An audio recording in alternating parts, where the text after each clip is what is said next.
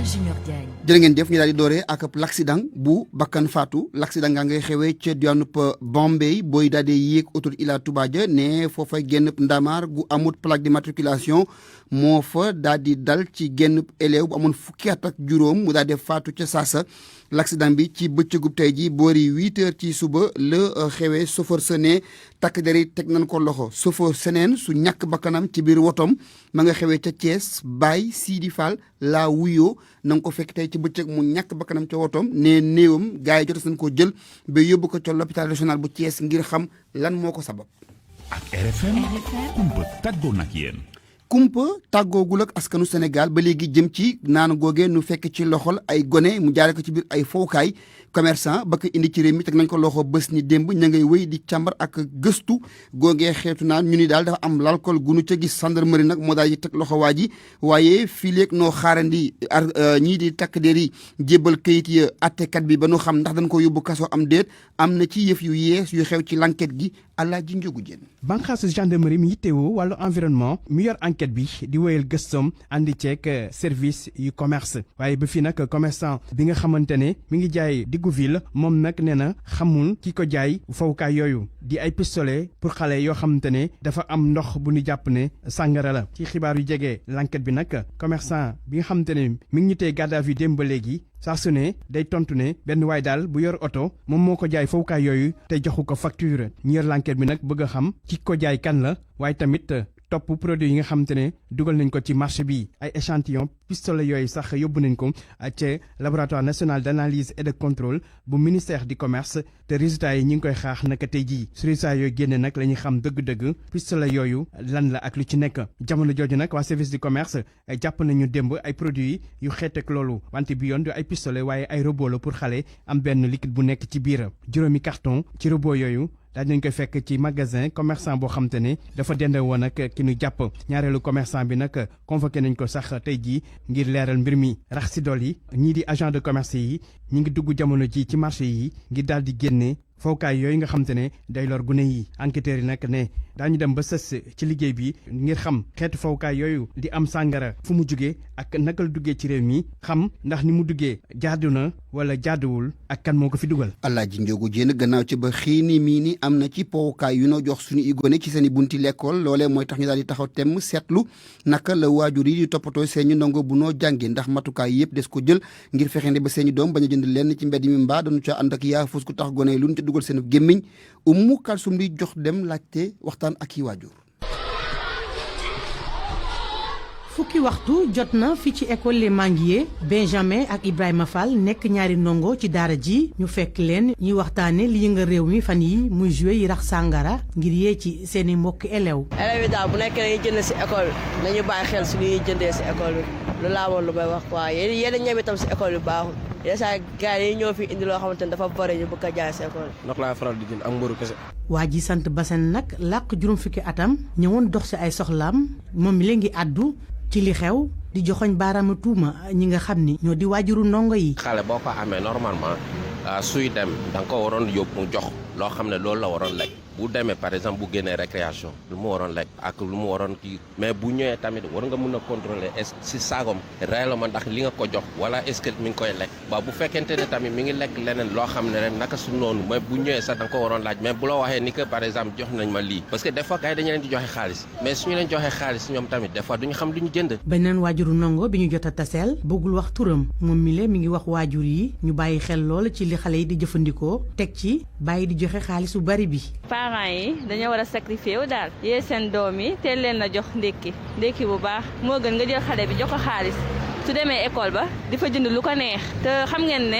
yenn boisson yooyu sa baaxul day lore kon nag je trouve que faute bi ci parents yi la. affaire fowukaay yi rax sàngara yëngal na réew mi fan yi ñu génn tax ba direction bi yore wàllum jënd ak njaay mi jël na mbir mi ngir def yoon gannaaw ay saytu yu ñu defoon muy wane ne rek yi les jouets am na lu tollook 6 degré alcool loolu tax na njaayum jouet yi daan nañ koy dakkal ci réew mi. RFM xibaaru bëccëg Malal Junior Diagne. coronavirus jaa ngi gën di wulee ñaay ci réew mi bésub tey ji mooy bés bi gën a tar ndax ñetti doomu aadama ñàkk nañu ci seen bakkan ñaar fukk ak juróom ñeneen ña nga ca wopp gu tar bi tax ñu leen di toppatoo ak a ceytu seen wér-gu-yaram ci bànqaas ya ñu ko dénk waaye it ne ci bésub tey ji téeméer ak fukk ak juróom ci doomu aadama am nañu jàngoro ji te ñu bëri ci ñoom xamuñu fu ñu ko jëlee docteur Mamadou Ndiaye moo yore jokkoo ba ca ministère de la santé. ci junni ak juróomi téeméer ak ñeent fukk ak ñeent test yi ñu def téeméer ak fukk ak juróom ñoo ci positif yooyu am nañ ci juróom fukk ak ñaar cas contact mooy ñi jot ci mbas mi fekk dañoo jaxasoo woon ak ñu yore doomu jàngoro ji amuñ ci benn cas bu jóge bitim réew mooy maanaam importé waaye nag am nañ ci juróom benn fukk ak ñett ñi nga xam ne ay cas communautaire lañ mooy ñu jot ci mbas mi fekk xamuñ fi ñu ko jëlee wala ki leen ko wàll ñooñu seen lim nii la tëddee Dakar Plateau am na ci juróom-ñeent Richard Toll am juróom-benn Louga am juróom ñett ci Kaolack Mamel Thiès ak Touba ñaar ci Almadi Koki Gueule Tapée Liberté 6 Matam Parcelles Assainies Podor ak Saint-Louis benn ci Bambey Cité Mixta Colobane Dara Fanok Grand Dakar Grand Yoff Keur Massar Liberté 5 Mbour Ourossogui Pikine Sacré-Cœur 1 Yarax ak Yoff fanweer ak juróomi malade si ñu entré woon hôpital wér nañu bés ni ki tey dinañu génn bu ci yàlla ànde ñaar fukk ak juróom benn ñoo nekk réanimation ñett malade ñoo ñàkk seen bakkan bésu démb alarba fukki fan ak juróom benn ci weeru décembre mi nekk ñeneen ñi des hôpital ñu ngi am tan ci bésu tey dalee ko ci kaw bu njëkk ba Sénégal wëññi na fukki junni ak juróom-ñaar ak ñeent téeméer ak juróom fukk ak benn si ñi nga xam ne jot nañ ci doomu jàngoro ji ci ñooñu fukki junni ak juróom benn ak ñett téeméer ak juróom-ñett fukk ak ñeent wér nañ si ñett téeméer ak juróom fukk ak juróom ñoo ñàkk seen bakkan mu des ci hôpital yi ak ci loxo docteur yi juróom-ñaar téeméer ak fukk ak benn. des ci wàllu coronavirus waxtaanee wàllu wér-gu-yaram corona jooje jàngoro la ju yees lëmbee àdduna waaye ñi am diabète itam daanaka ñoom seen mbir dafay gën a teey xel bu nu xalaatee wopp jëleen dal muy diabète jooja la mu leen mën indil ni gàllankoor ak itam woyofal seen wàllub ay yëf yi tax seen yaram bañ a am ay jàngoro bu ñu ko méngalee ak coronavirus yi dañuy doon nit ñoo xam ni corona ji mën na leen yëpp te bu leen dalee ñaare mën na leen génnee àdduna kon nees kon la ñu def ba fexeendi ba ñoom ñooñee di ay nit ñi am wopp joojee di jabet ñu moytandiku bu baax a baax lii di coronavirus ak itam seen diggante corona bu leen dalee naka la ñu war a taxawoo Awa Mbaye mi ñu dénk wàllum paj mi ci kër gi càmbar na ko. coronavirus ak diabète ànd bi wóorul bu ñu sukkandikoo ci jàngatu docteur yi situation boobu nag am na lu bari lu ko mën a expliquer professeur Demba Diédhiou xam-xamam màcc ci wàllum diabète ma nga ci hôpital Abass Ndao particularité nit koo xam ne dafa am diabète dafa nekk koo xam ne dafa boole yépp dafa am suukar boo xam ne dafay jóg te suukar bu jóg day favoriser surtout la gravité des infections mais au-delà de suukar bu jóg nit koo xam ne dafa am diabète de type 2 mun na boole obésité mun na boole tension mais aussi mun na boole problème cardiovasculaire parmi lesquels ay coronaropathie loolu moo tax ba le plus souvent diabétique dafa nekk koo xam ne bu amee bu problème maladie Covid le plus souvent kii bi fayom bi day xaw metti ki am diabète ba noppi am coronavirus paj mi du yomb ba tax professeur Demba Diédhiou ne li gën a woyof mooy sàmmonteeg lépp loo xamante ne digle la jëm ci fagaru ci mbas mi. Covid bi mun na ñëw terrain boo xam ne maîtriser wuñu les facteurs de risque cardiovasculaire par exemple mu am problème cardiaque boo xam ne dafa stable mu am problème obésité bu cela veut dire obésité mu am hypertension boo xam ne stable ñett yooyu buñ ci boolee suukar boo xam ne normalul surtout mu am Covid boo xam ne teeluñu ko ràññee ba Covid bi egg benn niveau le plus souvent pour ñu faj ko day xaw a métti ba mooy expliquer yenn cas de décès yi en rapport avec le Covid. Baye Oumar Gueye jiite ASAD di association bi jàppale diabétique yi moom muy wax régal yi nga xamante ne bu ñu ko toppee dina am solo ci fagaru ci mbas mi. sujet boobu nag liñ koy maanaam jox en termes de recommandation bi ci njëkk mooy dañu ne nañu respecter mesures barrières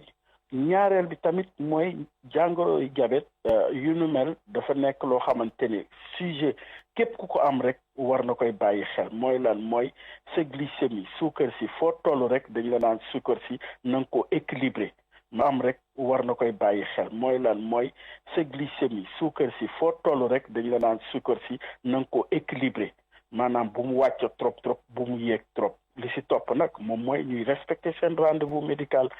ku am diabète ba noppi am coronavirus du yomb Baye Oumar Gueye ne ñoom ñëpp xam nañu loolu waaye loolu lépp nag jarut ñuy tiital nit ñi askan wi seen fit dem ndax Covid 19 bàyyiwul kenn ñëpp la mën a laal ba ba tax ci fagaru bi nañu tolloole ñëpp. docteur Awa Mbaye ñii seen furu fara dem mooy ñoo yore wàllum paj mi ak jàngale wattandiku ci wàllu wér-gu-yaram te nekk ci leen Ziguinchor ñu duppe leen waa éducation pour la santé foofe la sabab kon jaaxle googa mooy nit ñi ñàkk gëstu ak ñàkk dëppoo ak la ñu digal ci wàllu wér-gu-yaram lànkandaare ñi duñu jëfandikoo la ñu digal ngir seen wattu seen wér-gu-yaram loolu nag la ko waral mooy ay xabaar yu noo joxe ca dëkk ba di wax ni kon yéen leen di jox ci wàllu jàngoro dafa di ay mbir yu xeex coronavirus ba tax nit ñi tàmbali di dëmmooyu ak a daw mbooleem seen ñu diglee foofa lii bokk na ca li tax gaañu yëkki seen kàddu ni buñ ci teelu laa jóg mun naa juri musiba ci doon bi si Ziguinchor googee Lamine Ba. liggéey gi tar na loolu jamono ji ci ñi nga xam ne ñoo nekk ci bërëb bu fajukaay yi tey amal jamono ji campagne de distribution de masse des médicaments contre les maladies tropicales négligées ndaxte li nga xam ne moo di askan wi daanaka ñu bëri nangooguñu comprimé yooyu ñu jox leen ko waa région médicale bu Ziguinchor loolu la ñu seetlu sax ki nga xam ne moom moo yor lépp lu jëm ci wàllu jokkalante bi mu ngi jiiñ campagne de désinformation bi nga xam ne moom lañ nekk di amal jamono ji ci biir réseaux sociaux yi nii li bootu ci ginnaaw campagne bi mooy vaccination Covid-19 Raphaël Bakhoum nag di ko naxarlu bu baax a baax. yi nga xamante ne ñoom la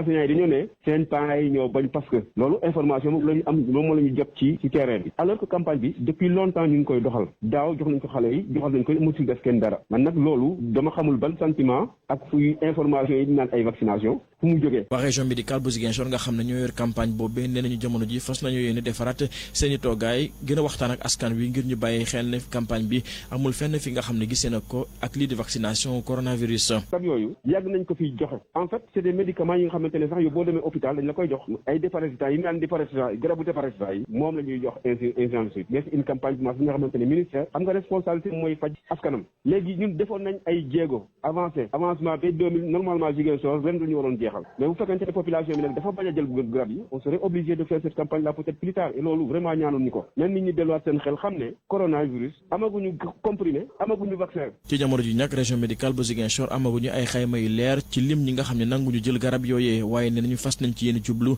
ngir defaraat li nga xam ne moo di waxtaan wi ba nga xam ne askan wi dina nangu bokk ci campagne de distribution garab yooyu lee Lamine Ba Ziguinchor rajo Futurs Médias. Lamine Ba dañoo tëj beneen pàkk ci wetu xabaar bi mooy wàllum politique léegi ñii di waa Y'en a marre yëkki nañ seen kàddu wax ci lu amul génn xiili mii nii duñu nangu tey duñu nangu ëllëg Macky Sall di samp ndëndam ngir am ñetteelu mandat ci mim réew loolee bu fekkee ni njiitu réew mi dafa nekk ci xelam ba yaba muy teg ko ca suuf ndax ñoom duñu ko ba te bépp xeetu jumtukaay bu fi ne daan ko mën a jëfandikoo ngir loola bañ a antu ci mim réew ndax dëppawut ak démocratie ka wax loola di Aliou Sané kenn la ca kilifa Y'en a marre tey jii moo nekkoon gane ñoom Babacar Fall ci RFM matin. Macky Sall dina dem en 2024 dina dem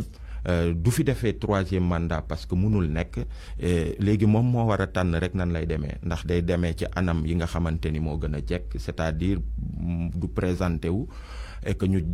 analu histoire politique u Sénégal ñu retenir ko comme président bi nga xamante ni sàmm na kàddoom au bout de 2 mandats mu dem keneen ñëw te mu xam ni war na mën a ñëwaat ndax c'est un jeune homme politique wala mu entêté wu et que mu marche sur des cadavres pour se maintenir au pouvoir et même ci loolu du mën a prospérer il va peut-être tuer des Sénégalais il va en emprisonner ñu mel ni ñun mais loolu du mais ni ñu ko war a xeexee mooy boo xoolee université populaire de l'engagement citoyen bi ñu dalal fii lu toll ci 30 mouvements citoyens ak ay activistes Afrique ak diaspora dañu jàpp ni question 3e mandat dootul sax ay question nationale parce que fépp ci Afrique boo xoolee ci li ñu wër Guinée boo xoolee ci Alassane Ouattara ak li nga xamante ni ñu ngi koy soupçonné ak Macky Sall dafa mel ni ñoom dañu manko en tant que ay chef d'État di agir et puis di passanté wu le mot il faut que ñun aussi peuple africain yi ñu mën di jokkoo à travers plateforme yu mel ni Afrique yi pour que bu yegsee Sénégal et que Macky mu nekk ci position vouloir briguer 3e mandat que au-delà de Y'en a marre ak ñëpp ñuy mobiliser wu Sénégal que mu am tout le peuple africain toutes les jeunesses africaines yi nga xamante ni fépp ci Afrique dañuy mobiliser wu pour que loolu mu bañ a am. ngir fexe ndi ba gën a yeesal liggéey bi ñu duppee liggéey architecte amal na nupp ndaje daal di waxtaanee loolee gannaaw ci ba ñu ni am na projet de loi gu ñu fas yéene kon jébbal kilifa yi ngir ñu daal di koy càmbar wote ko ngir ñu xam kan moo ko war a doon ak ku ko warut a doon seen ndaje moomee la ca ruuse lépp Mouhamed Alimou Ba moo ko ndaxañ. architecte yi dañ leen former ngir ñu gérer suñu cadre de vie ñu jàppale ñu am ay ville yu rafet waaye nag boo xoolee bu baax ci lu bëri joxuñu leen gëdd bi war ci wàllu woowulee bu ñu sukkandikoo ci Mouhamadou Nabi Kane projet de loi bi ñu jàllale démb ci conseil des ministres dina tax loolu dàkk. c'est-à-dire que dañuy xaar rek que président bi mën utiliser xam-xamu doomu réew mi loolu dafay arrivé tout le temps que nu gis sunu ay collègues français yu nu xam bokkoon ak ñoom école jàngandoo woon ñu ñëw Sénégal di fi jël si sunu liggéey yu nga xamante ne xëy na sunu réew moo leen koy jox alors que ñoom fay nu fi impôt defu nu fi dara ñun Sénégalais boo jël cabinet boo jël aujourd'hui il emploie au moins plus de 5 personnes au minimum. utiliser architecte bi ngir mu tracé ngir mu defar ay ville yu mucc ayib naka noonu itam changer yenn paradigme yi tax suñu kër yi gën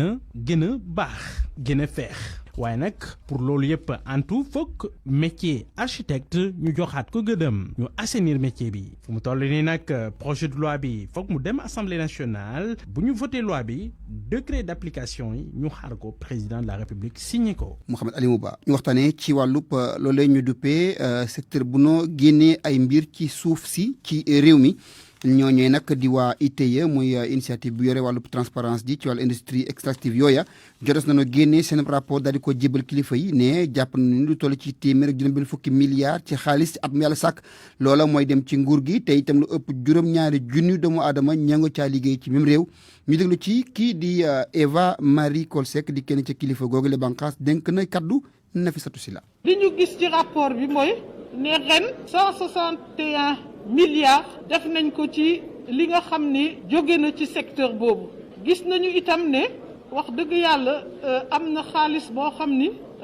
am na décret sax boo xam ne Sénégal am na ko mooy contenu local mooy naka la askan bi naka la nit ñi nga xam ne ñu ngi liggéey fii ci Sénégal mën a am itam ci xaalis boobu ñuy wax ci xaalis boo xam ni dafay jóge ci entreprise yi di dem ci ñi nga xam ne ñoo leen di liggéeyal loolu itam xaw na sax jege li ñuy wax 891 milliards kooku nag xalaat naa ne xaalis bu bare la suñu xoolee bu baax nag soo jëlee ñeent benn bi day dem ci ñi nga xam ni Sénégal lañ bokk Sénégal lañ nekk mooy ñi nga xam ni ay sénégalais lañu waaye comme secteur bi dafa nekk secteur bu xaw a métti di laaj ay technologie yu bari côté boobu itam ñu ngi ñaay gouvernement bi ak secteur privé ñu gën a góorgóorlu pour ay sénégalais yu ëpp loolu mën a am ci nekk ay fournisseurs ci entreprise yi. midi jot na ba tegal ñaar fukki simili ak benn ca Cap-Vert ca Praia. RFM bitim réew. foofee nga fekk baax la Rocha maa ngi laa ziar. réew ziar bu baax a baax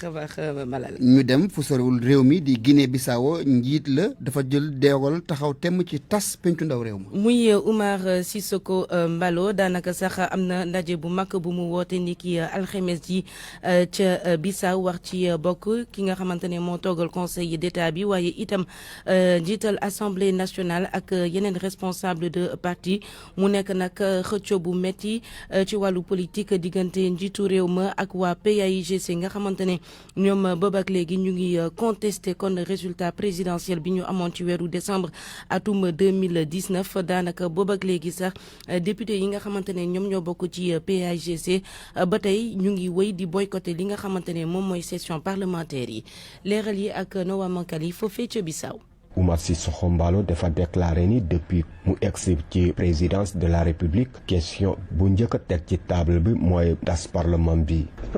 man maa xam lan mooy crise du député ñoo ma gën a xam luy crise yow boo abandonné assemblée bi est-ce que loolu du crise man xam naa luy crise te man démocrate la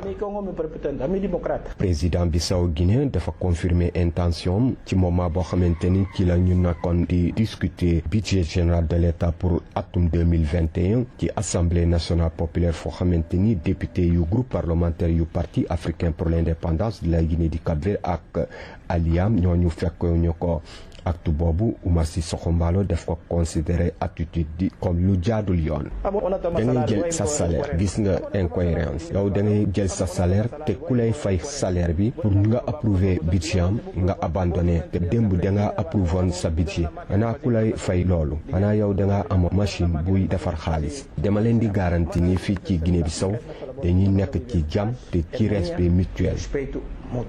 président de la république bu Guinée-Bissau général Oumar Sissoko Mbalo dafa war a am ndaje aljuma ji ak conseil d'état président assemblée nationale populaire ak parti politique yi pour mun a discuter loo xamante ni moom la bugg a def maanaam tas parlement bi intention bu mu transmettroon ci président bu commission nationale électorale José Pedro Sambou ci juróom-ñetti fan ci weer décembre bu ñu nekk nii Nouakchott Bissau RFM. Sissoko Mbalo yëkkati yile kaddu kon niki démb fële ci aéroport international bu Bissau Osvaldo Vieira kon ci jamono bi nga xamante ne mu ngi doon gunge njiitu réew Congo Brazzaville Denis Sassou Nguesso nga xamante ne mu ngi doon amal ab visite officielle ca réew Guinée Bissau. Emmanuel Macron dafa corona. Waaw. Niki démb lañ ko daal di testé positif tey jii la ko Élysée daal di siiwal daanaka sax dina toog ci wàllu isolement bi lu tollook juróom-ñaari fan premier ministre ba di Jean Castex moom itam dañ ko placé woon ca quarantaine ba waaye sànq rek Matignon dafa génnee xibaar ne test bi ñu ko defal dafa négatif waaye am na yeneen membre gouvernement bu France yoo xamante ne ñoom itam jamono yi dañ leen ber ndax joxtu ne mën nañ jot ci mbas mi. yeneen i leeral ak Papa Mbaye Diaw. président français Emmanuel Macron moom daal di nañ koy testé positif Covid-19 loolu nag mi ngi am gannaaw ba nga xamante ni da doon wone signe yu njëkk yi ki nga xamante ni moo di Macron nag moom comme ni ñu koy defee foofa ca France dina daal di toog juróom-ñaari fan yoo xamante ni isolement lay nekk waaye loolu du tee ba ki nga xamante ni moo di président français bi di wéy di continuer li nga xamante ni moo di liggéeyam ñenn ci ñoo xamante ni jàpp nañ ne ay cas contact la bokk na ci ki nga xamante ni moo di ilimaanu jëwriñ yi di Jean Castex moom nag ci alxames ji nga xamante ni faral war na dem fële nga xamante ni moo di ca pencum ndawu réew ma daal di fay présenté li nga xamante ni moo di stratégie de vaccination bi moom tey jii du dem day daal di nekk ci isolement yeneen personnalité yoo xamante ni jàpp nañ ne ay cas contact la bokk na ci ministre délégué chargé relation avec le parlement di Marc Fesneau moom nag dafa amaloon benn déjeuner ci talaata ji ak ki nga xamante ni moo di président bi ñëpp ñi nga xamante ni nag bokk nañ ci déjeuner boobu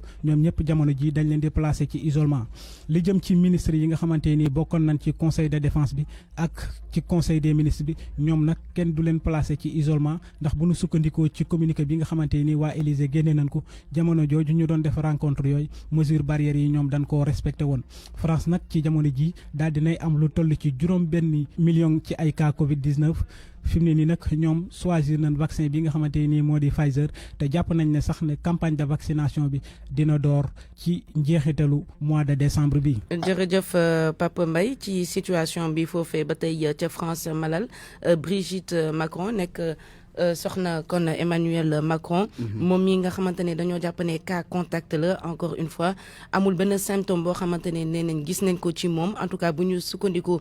ci ñi ko wër cabinet am daal dinañ ko testé négative waaye moom itam mu ngi ci wàllu quarantaine jamono yi. ñii quarantaine moom weesu nañ ko ña nga ca lalu hôpital yi jàllaa ñoo foofu mooy États-Unis situation bi doy na waar foofee Malal bu ñu sukkandikoo ci bilan bi nga xamante ne moom la université John Hopkins daal di siiwal ni ki démb kon lu ëpp ñetti junni nit ñoom ñoo ñàkk seen i bakkan ci benn fan donc ndax jàngoro coronavirus boobule am na itam lu tollook 250 000 cas yu bees yu ñu gis ci benn fan ba tey mu nekk ab record nag mbas mi ba mu tàmbalee ak léegi foofee ca États-Unis te bu ñu sukkandikoo ci RFI lu ëpp itam téeméer ak juróom fukk junni nit kon ñoo tëdd jamono yi ci lalu hôpital yi ndax coronavirus. tarkalla nu wéy di takki masque yi di raxas loxo yi tey dandante Diagne salaamaaleykum. waaleykum salaam wa rahmatullah. na bàkk bi biir. RFM Sport.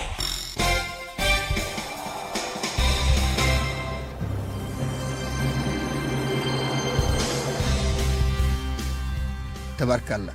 waaw Diagne. waaw Diagne noo def. sant yàlla rek mbay. alhamdulilah. nu tàmbalee wàllu corona ji. dañuy bëgg a footballaat ak def yeneen affaire waaye ne danañ am tënkandiku gunoo tënkandiku ci xeetu digle ko docteur. waaw moo di protocole sanitaire bi nga xamante ni moom la ñu sas ñëpp ngir ñu dal di ko respecté bu ko daal defee mbas mi ñu mën ko maîtriser rax ci dolli tamit mën a amal activité sportive yi ci anam yi nga xamante ni daal noonu lañ ko daal di bëggee tey ji nag ci suba gi le quotidien bi di l'observateur bu groupe Futurs Médias daal di xam ne ni démb gannaaw waxtaan bi nga xamante ni ñetti ministre yi seq nañ ko di ministre des sports ak ministre santé ba jàpp ministre de l'intérieur ñoom daal nee nañu loolu bu fekkente ne respecté nañ ko kon bokk dañu mën a amal li nga xamante ni daal moo di sport bi dañ ciy daal di ànd ak Sode Thiam. tàmbaliwaat activité sportive yi ci Sénégal wërngal këpp gi nga xamante ni quotidien bu l'Observateur daal dina koy fësal niki tey ji ci alxames gi loolee nag dina doon yéen wu teggeeku ci acteur sportif yi directeur bu ligue sénégalaise bu football professionnel nag moom ma ngay ñaan loolee nag ñu daal di koy officialiser Amsata Fall. suñu souhait que véritablement information boobu nekk information bu officielle parce que depuis que ñun déglu ñu arrêté boobu génn na je pense que gis ngeen réaction sportif yi réaction entraîneur yi président fédération président club yi pour que véritablement que loolu war a mën a nekk parce que bon donc ñu ngi ñaan yàlla daal ñi nga xam ne également ñoo génne woon arrêté bi interdire woon rassemblement yi ci wàllu terrain sportif yeeg yi fermé yeeg ñoo ko arrêté woon ñu ngi ñaan yàlla tamit ñoom ñoo ko war annoncé. ci côté basket bi nag décision google dafa tombeek jamono ji nga xamante ni fédération bi moom daal dinay fësal que ni dina tàmbali li nga xamante ni moom moo di championnat wam ñaari fan ci weeru janvier atum 2021 ci loolee nag président bu ASC Ville de Dakar moom di ñaan rek que date woowee ñu jàpp mu doon date bu baax bi Yatma Diaw. ñu li ñuy ñaan rek mooy que date bu bees bi ñu choisir ñu respecté ko pour nit ñi mun a démarrer parce que club yi sonn nañ trop dañ bëgg am visibilité si kañ la ñuy démarrer ak kañ la ñuy jeexal saison bi parce que tamit aussi munoo programmer lenn munoo planifier lépp par rapport à l'avenir. dogal googee nag dirigeant sportif yi ñoom daal dinañ koy rafetlu bu baax naam sax jotaguñu bataaxal goo xamante ni moom moo koy firndeel bu ñu sukkandikoo nag ci ñu tàllal suñu micro ñoom noppi nan ngir daal di tàmbaliwaat jongante yi lépp nag ci sàmmonteek li nga xamante ni moom moo di mesure barrière yi. ca Madagascar foofa Soda Thiam demago fa. fa la ñuy tàmbalee tey dem jii nga fa wàllu judo. dañ doxal. ba tey Diagne kon ñu jàpp ni Madagascar googu la nga xam ne moom nga tudd. si suba ak léegi moom mooy dalal lii di championnat d'Afrique bu judo Sénégal nag ma nga ca am na lu toll ak juróom-ñaari combattant ci góor ñi Mbagnick Ndiaye di champion d'Afrique plus de 100 kilogrammes ma nga ca ànd ak Abdourahmane Diallo moins de 90 kilogrammes Moussa Diop Serigne Gueye ak Saliou Ndiaye ci moins de 60 kilogrammes ci jigéen ñi kii di Monica Sagna plus de 118 kilogrammes ma nga ca ànd ak Fatou Diop Anna Siga Faye di championne d'Afrique junior ci moins de 103 kilogrammes Sénégal nag mbébétam moo di fexe ba am ndam bu ko daal defee ñu ci bëri daal di qualifié ci Jeux olympiques yi ñu dama amal ci Tokyo fàttali nag gile tournoi ñu ngi koy amal foofu la ci Madagascar lu tolloo ki fanweeri réew ñoom ña nga cay yëngu ñu daal di wax ci leneen jaay. ñu yeexal ak wàllub lamb ji juboo dox na diggante waa CNC. ak ñoom Sitor Ndour. waaw coow li bëri woon na fan yële weesu woon ba arbitre yi am ñenn si ñoom ñi nga xam ne dañ leen daal di suspendre bëgg sax indi ay coppite ci lu jëm ci li nga xam te ni moo di organigramme gi. gannaaw nag ba ñu fippoo waxtaan daal di mujj am seen digg ak CNG bu bees bi nga xamante ni kii di Ibrahima Sarr moom moo ko daal di diriger ba ñu waxtaanee nag gindeeku daal na ci am ba tax na fi mu toll nii neen daal lépp teg nañ ko ci suuf dañ ciy daal di déglu Pierre Malick Ngom mi nga xamante ne membre la ci biir commission centrale des arbitres de lutte. ñu waxtaanu sportif ci instruction ministre Matar Ba bu ñuy nuyu au passage te gis nañu ne li nga xam ne bokkoon na ci li ñuy jooy maanaam ki nga xam ne moo ñu doon teewal ci bureau exécutif bi di président arbitre yi muy Sitor Ndour yàlla dogal na ci arrêté bi mag ministre des sports génne dina delluwaat place am nekk président représenté arbitre yi comme membre au bureau exécutif li nga xam ne nag mooy ponk yi nga xam ne moo waraloon coow li point yooyu am na yu bëri yoo xam ne point équipe bi taxaw na tembe pour saafara ko yi nga xam ne nag dañuy continuer waxtaan bi boobu dinañu continuer waxtaan xool ñun ñëpp nan lañ ko mën a saafarawee donc li ñu mën a tënk daal ci ndaje boobu mooy ndaje boo xam ne lamb moo ci gagné parce que mën naa wax ne xeex amalul kenn njëriñ amalul waa CNG njëriñ amalul arbitre amalul waa lamb njëriñ mais ñu booloo dank daasandoo fanaana daas dóorandoo xaccandoo dóorandoo comme ni ma ko mën a waxee man foog naa ci la lamb di gagné mais nañ jàpp rek ni wax dëgg yàlla xëy na lu waroon am la amoon na waxtaan nag ku nekk wax na li nekkoon ci moom génnee na ko et ñun ñëpp ñu xàccandoo dóorandoo moo ci des pour que lamb jëm kanam. ñu dal di ko jeexaleek wàllu football championnat bu Angleterre ñaari jongante mooy daal di am tey ngir daal di ndar kàpp lii di seen 13e journée bu seen championnat Manchester United féetee ci juróom-ñeenteelu place bi ci classement bi ci bu 20h jotee dana tase ak Sheffield United mi nga xam te ni ba saison bi door rek léegi amaguñu benn ndam benn poñ cote lañ daal di am féetee ci place gu mujj gi waaye laata loolu 18h diggante Aston Villa lay daal di doon ak Burnley Liverpool nag moom démb daal na lijjanti ñii di waa Tottenham ndax ñoom ñoo doon xëccoo ñoom ñaar ñi daal di féetee ca kanamu classement bi Liverpool ca dëkkam Anfield mujj am ndam diggante mag ñii di waa Tottenham ñaari bal ci benn la ma leen jural nag moo di jamono gi ñoom ñoo féetee ci place bu njëkk bi ci classement bu championnat bu Angleterre bi. Sadio Mané gëj naa dugal waaye démb def na match. kon jaadu na waaw def na match waaw def na match démb. xëy na bit bee ñëwul tenté na sax ay mbir te boo xoolee sax bitu égalisation bi corner bi. moom moo ko provoqué. gars yi centré sa waay mbëkk mu jeex. Firmino. waaw Firmino. président. daañu toogal sama wet nii ñu daal di jàll ci topp ci xabaar yi.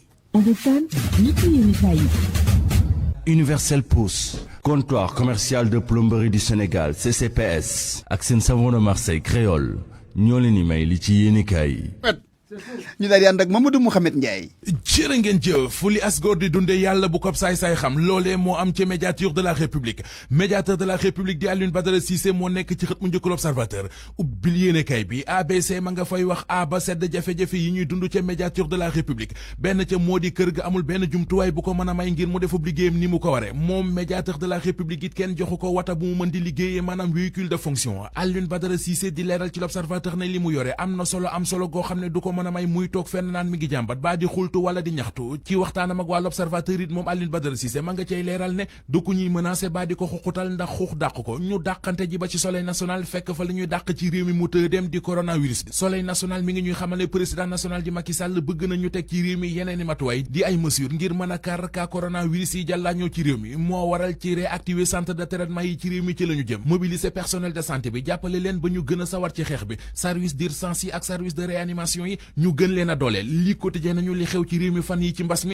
moo waral président Macky Sall santaane nañu gën a taral mesure ñu teg la Sénégal ne ko ba teg ci santaane ñu ubbiwaat centre de traitement yi laatit bi nañu wopp ji di coronavirus ji dafay bëgg a ëppaati loxo ndax démb rek am nañu ci réew mi téeméeri cas coronavirus ak ñaar fukk mu di lu yéeme corona bi ak coowal deuxième vague gi ñu fi dégg le quotidien nee nañu war naa tax ba kilifay réew mi gën cee jëmbat yitte téeméeri cas corona ak ñaar fukk ci génn bëccëg juróom-ñett fukki cas communautaire ak juróom ñu ne déet na waay ñuy dégg ñu cay faatu ak it lim bu takk yoo xam ne seeni borom jàngoro ji da leen a tëral ba ñu nekk Sowétas loolee war naa tax gaa ñi gën cee jaajuwaat sa enquête dina kay moom xëy ñu xamal ne ñi yëngu ci wàllu caada ci réew mi di acteur culturel yi jaaju nañu ci fupp ca la ñu nekk maanaam nee nañu lii di coronavirus bi ak lim leen yàqal ak mesure ñu ca teg dafay bëgg a jéggi dayo mi ngi leen di bëgg a rey tey jii ci la ñu woote ab toogaanu ñaxtu fële ca place Obélisque njiital association des musiciens du Sénégal di Daniel Gomes di leeral ci enquête ne ñoom ñi yëngu ci wàllu culture li leen corona bi xañ mat na téeméeri milliards kenn ci ñoom acteur culturel yi te di waykat bii di Pape Diouf enquête nee nañu jàpp na ne li ko yëf yi yàqal ci diggante décembre gi ñu nekk ak ci diggu weeru janvier gëla ñu jëm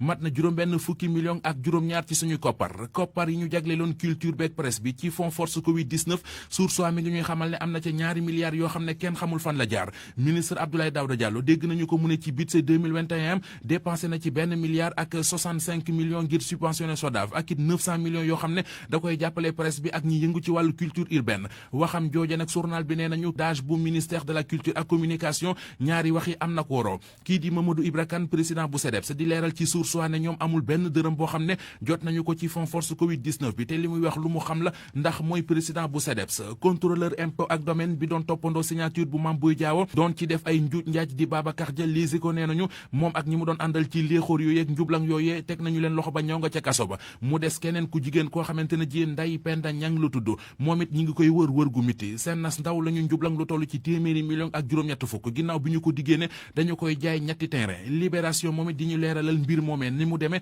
fa mu jaar ba yegg si fii kii di Babacar Dia fanaan na démb guddeem gu njëkk ca kaso ba yéenekaay bi tegal ñu ci ne bi ñu ko jàppee di sàkku ci moom mu coopérer ngir ñu mën a xam ñaar ñi ñuy wër di Ndeye Penda Niang ak Madiama Niang fan la ñu féete li leen Babacar Dia wax moo di loolee xalaatuma ko seenub liggéey la yéen waa police liggéey leen ko ci mbir moomee ba tey libération mi ngi ñuy xamal ne ñu ngi ciy tudd directeur général bu Mar Groupe Imo ba teg nañu ko loxo daratina gémmiñ Vox Populi ñëw ak ñun ci keneen koo xamante ne ji teg nañu ko loxo mu di benn commerçant bu waa service commerce jàpp démb ca caaro yéenekaay bi nañu ay fowukaay la doon jaay li ciy ñuul mooy fowukaay dañu ànd ak tàngal yoo xam ne la ñu ko defaree sàngara da caa rax. Universel Pousse, comptoir commercial de plomberie du Sénégal CCPS ak seen savon de Marseille créole ñoo leen doon may li ci yéenekaay yi. xibaar yi gis-gis.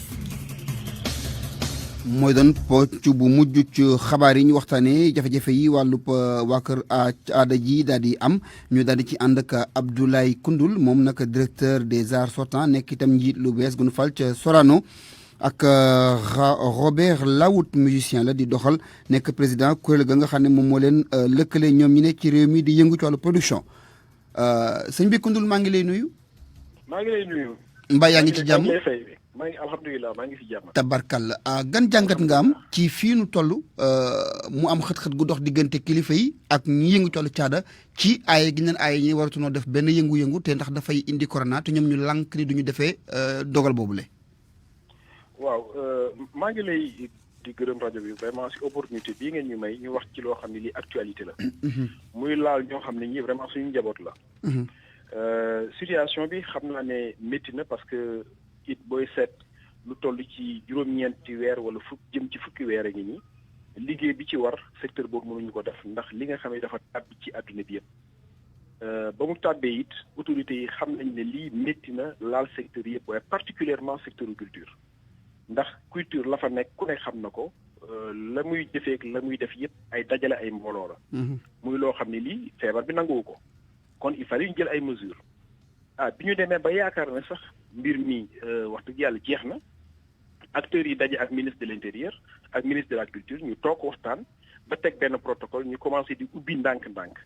li ñu njëkkoon def muy ubbi li nga xam ne mooy restaurant yi ñu di leen tuddee les débits de boisson en général ne leen may nañu musiciens yi ñu mën di jouer foofu. di amoon yaakaar ne bu tendance yi nga xam ne moo ñu mayoon ñu yegg ci loolu su fekkoonte ne confirmé wu ñu gën a continuer espace yi nga xam ne day jël ay nit ñu gën a bëri malheureusement nañ ko yaakaaree woon amul. mu ñëw loo xam ne deuxième vague bi ñëw indi beneen réalité boobu bu ñëwee aussi en toute responsabilité ñëpp dañuy dajaloo ñu toog xool nan lañ ko war a nan la ñu war a def pour faire face. yaakaar naa loolu la ñu def rencontre yi ñaari rencontre yi am yëpp ak ministre de l'intérieur ci sens boobu la woon apprécier situation bi ne lii moo fi am nan la ñuy def ndaxte nag bala nga naan naam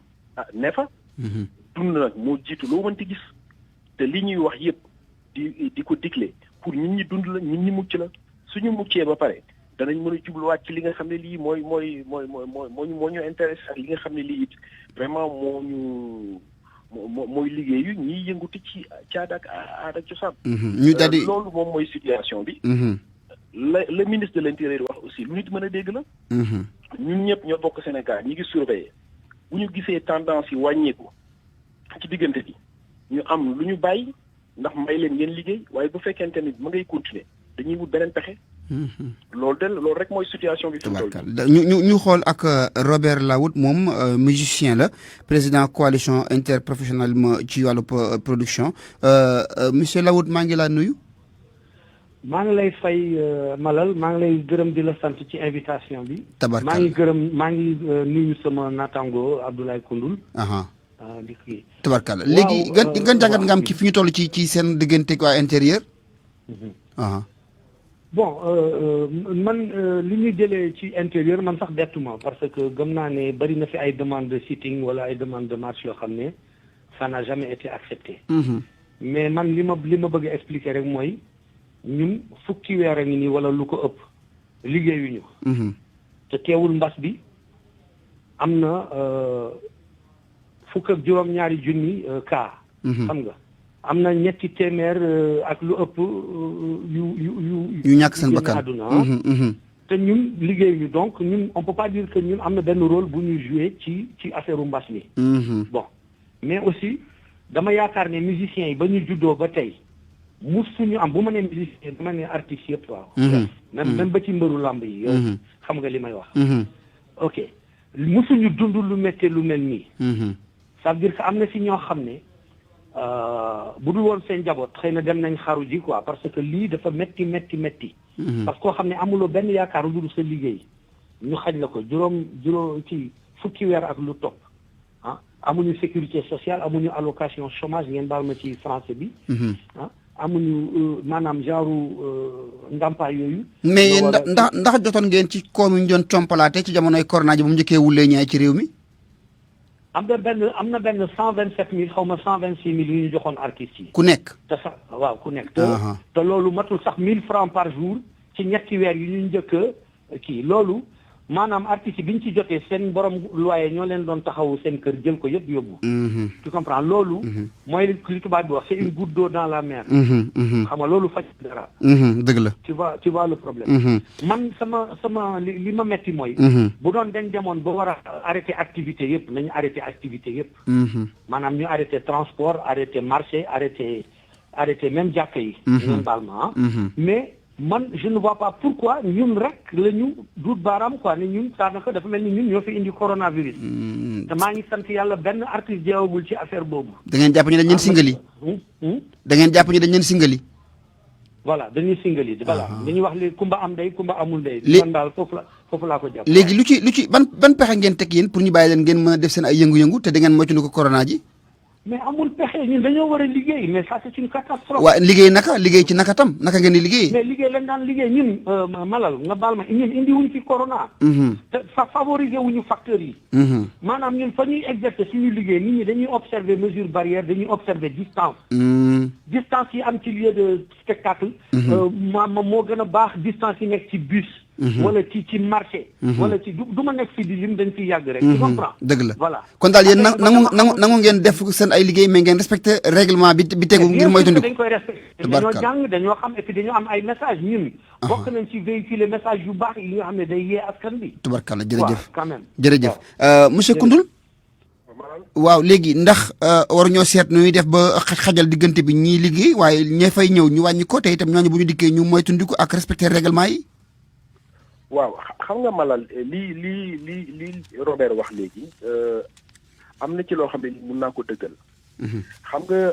artistes yi nañ jàpp ne mooy li catégorie bi njëkk a jóg conscientiser population yi def ci sax seen xaalis. pour nit ñi moytu feebar bi. def ko si ay message ñay théâtre def nañ ko ñay musique def nañ ko et cetera loolu wax dëgg yàlla il faut ñu reconnaître leen ko. kon am nañu bu baax a baax conscience que lii moom vraiment dañ ci war a taxaw. bi nga xamee ne sànq maa ngi lay rappeler ne bi nga xamee ne mbir mi xool nañ mu commencé di wàcc.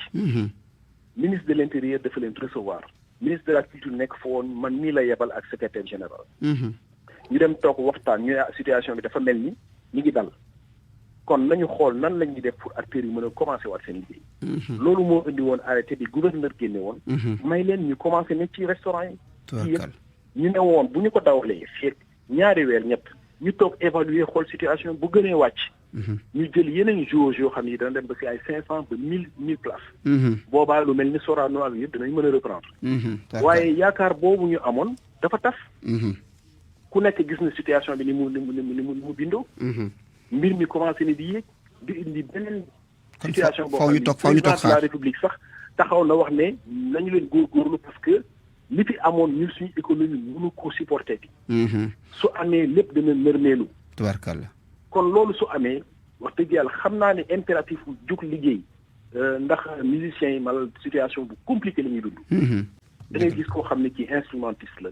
su xëyee bu guddee mu dem liggéey am benn 7500 5000 boobu nga xam ne moom lay xëy suba gi bàyyi ko ci table kali bi moom la soxnaam di yoot di jox ay doomam lekk mu jël 2500 yi boo liggéey mën ci jël taxi xam nga kooku bu ñu xëyee benn bés rek daal di arrêté si loo xam ne dañ coo woon dara dafay métti. day métti waaw lay wala jërëjëf. état bi xam na ko bu baax a baax. te it président de la république xam na ko moo tax. mu instruire le ministre de la culture nekk dama bëgg liggéeyal na si benn plan de relance secteur bi ñu suqali ko xool nan la ñuy def ba mu mën a démarrer carrément parce que jàpp naa ne. li ñu si defoon ci ay xéewal terewul secteur bi dem day gën a continuer di gën a nërmelu rek nañu xool nañu ni gàttandu loolu ba fexe secteur bi mën a jógaat jërëjëf ak acteurs yi ñoom ñëpp ñu dajale leen ñetti fan ñu réfléchir si benn plan boo xam ne buñ ko xaymaa ci xaalis war na jëm jege 50 milliards